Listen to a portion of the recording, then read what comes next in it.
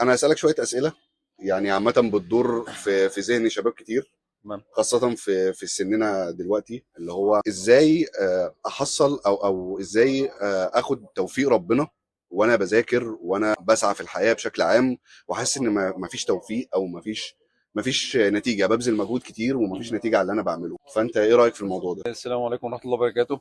هو ربنا حدثنا في آيات في القرآن، قال إن الله اشترى من المؤمنين أنفسهم وأموالهم بأن لهم الجنة. الناس دلوقتي أو أغلبية الناس دلوقتي بتسعى إن إزاي أجيب فلوس عشان أتجوز وعشان أبني وعشان عيالي وعشان كله نسي المسألة اللي ربنا نزلها من قبل ما احنا اتولد من 1400 سنة: وما خلقت الإنس والجن إلا ليعبدون ما أريد منهم من رزق. مسألة الرزق دي بتاعت ربنا. أنت ممكن تلاقي إنسان وفي ثانية أفلس ليه؟ ما شافش حق ربنا. يعني هي المشكلة اللي عندنا تقدر تقول انها مشكلة اولويات، تمام. مش على قد ما هي مشكلة انت بتعمل الحاجة اللي انت بتعملها صح او انت بتسعى لغرض دنيوي بحت. الإنسان يحب في حياته يبقى ناجح، صح؟ اكيد. ويبقى محقق مثلا شهادات وعنده عقارات وعنده صح. صح. دي لما ربنا ذكرها ما ذكرهاش بالنجاح. مم. الفلاح اعلى من النجاح. اه. النجاح دنيوي، الفلاح دنيا واخره. واخر.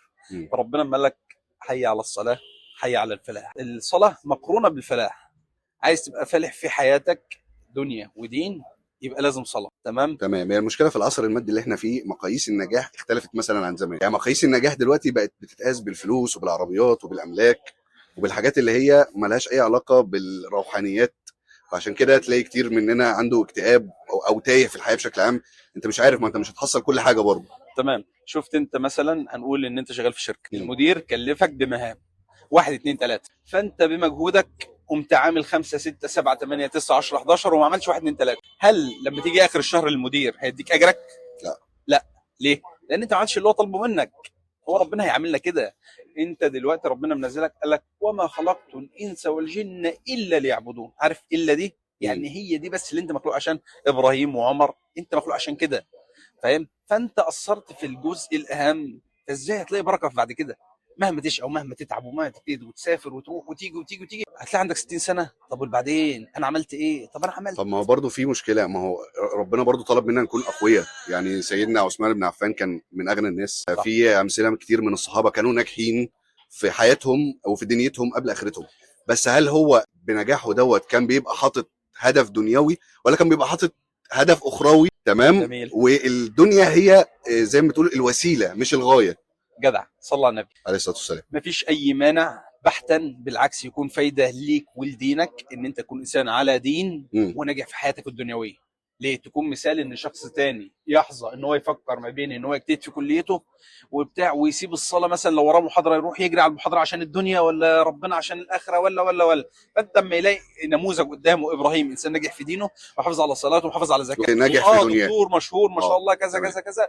فاذا كونسبت او معتقد ان الدين والدنيا حاجتين ما ينفعش يتاخدوا مع بعض، ده مش صح. لا، ده مش صح خالص. ده هو ده الدين. م. الصحابه كانوا على دين وكانوا بيحققوا انجازات زي ما انت قلت من شويه. سيدنا عثمان كان من اغنى الناس. كعب بن مالك كان ملك ابن ملك. م. فاهم؟ مش شرط ان يقول لك ايه ده داين كذا، لا مش كده. ربنا لما ذكر قال لك ايه برضه من حكمه العباده في القران؟ قال لك ان انت تعبد ربنا ولا تنسى نصيبك من الدنيا. شفت انت مثلا ما تكون بتعمل حاجه مبالغ ما تنساش كذا، فانت بتعمل كذا وتنسى الاساس اصلا. هو م. ده اللي الناس كلها واقعه فيه. ربنا لما ذكر في القران قال لك ايه؟ انما الحياه الدنيا لعب وله وزينه فخر فتفاخر بينكم بينكم. وتكاثر في الاموال كمثل غيث اعجب الكفار. حاجه انت هتشوفها مرموقه وفي ثانيه فانت هتضيع. بتجري ورا سراب. انا اكتشفت ان احنا بنجري ورا سراب. يعني قبل ما اسافر امريكا كان فكرتي عن الدنيا او عن بره، يعني عامه انت هتروح هتلاقي كل متع وملذات. دخلت الجنه بقى مفيش اي مشاكل مفيش اي حاجه. وبعدين اتصدمت بالواقع هناك ان اوريدي المشاكل اللي انت هتقابلها هناك، سواء كان نفسيه، الوحده و... وفقدت الطريق، ما عادش فيه الناس واصحابك والامان اللي انت كنت حاسه هنا. فبدات افكر في كل الاولويات اللي في الحياه من تاني. يعني انفض بقى وهات الاولويات كلها من الاول. ترجع وهتبقى صدمه وصدمه وصدمه لما تدخل قبرك وتلاقي ان انت ما عملتش حاجه. فاهم؟ يعني انت اول الانسان بيسعى عشان يبقى دكتور مشهور، عشان يبقى انسان ناجح في شغله، عشان يبقى كذا.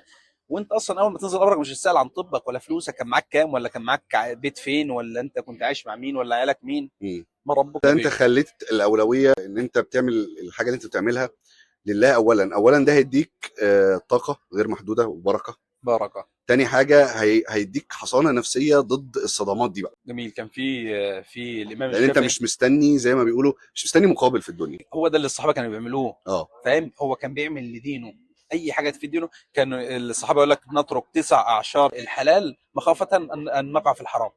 يعني فاهم؟ يعني لو حاجه 9 من 10 حلال و1% حرام بيسيبوه. ليه؟ مخافه ان نقع في الحرام. طب ما كان ممكن يكسب فيها مكاسب باهظه في الدنيا ويبني ويعمل غاز، بس لا، الاخره احسن واحسن. كان النبي صلى الله عليه وسلم يمشي في السوق مع الصحابه يقول ايه: الا ان سلعه الله غاليه، الا ان سلعه الله الجنه. الجنه مستاهله ان انت تشيل اللحاف الساعه 4 الفجر عشان تنزل تصلي مش فاهم؟ سهله ابدا، اه واللي جربها هيعرف انها مش سهله ابدا. بتصحى بعدها بساعتين، صح تصحى بعدها بساعتين عشان شغلك. صح. فاهم؟ يعني الصالحين قالوا إيه، كانوا مستغربين كيف يرزق الله من لم يصلي الفجر. يعني ازاي اللي ما بيصليش الفجر ده ربنا بيرزقه؟ قالوا يرزقه ولا يبارك فيه. يعني هو بيرزقك بس مفيش مش هتاخد بركه. البركه. جدع. هتلاقي مهما كان معاك فلوس او مهما كنت سافرت بره او جوه، ما انتش سعيد في الاخر، مفيش مش بركه. توصل لحاجه. زي ما قلنا في اول الصلاه، اول حاجه يعني ما فيش انسان يستهتر فيها، وحاول تترجم يومك على صلاتك، ان الصلاه الساعه 12، الساعه 3، الساعه 7، الساعه كذا 8، هتنظم يومك وهتمنعك من التسويف ومن حاجات كتير. من كل حاجه. حتى لما ربنا يقبضك يبقى انت مطمن، يبقى انت انسان كذا. فاهم؟ مش ان انت كنت سارح في الدنيا زي ما ربنا قال: تشترون عرض الدنيا والله يريد الاخره. ربنا اللي خلقك، اللي منزلك، اللي خلق لك كل اعضاء جسمك، اللي فضله عليك من ساسك لراسك، انت ما عملتلوش اي حاجه. فلما تجي يوم القيامه ربنا ينزل كل يوم في الثلث الاخير من الليل: هل من داع فاستجب له، هل من مريض فاشفيه، هل انت يقعد ينادي عليك ربنا طول الليل وانت مش مديله اي اهتمام.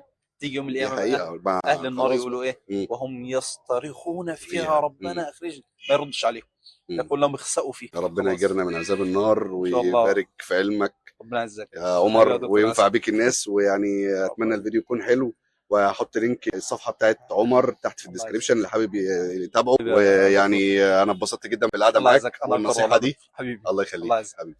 سبحانك اللهم وبحمدك اشهد ان لا اله الا انت استغفرك واتوب اليك. احبكم الله. اهم حاجه حبكم الله اللي في الاخر دي.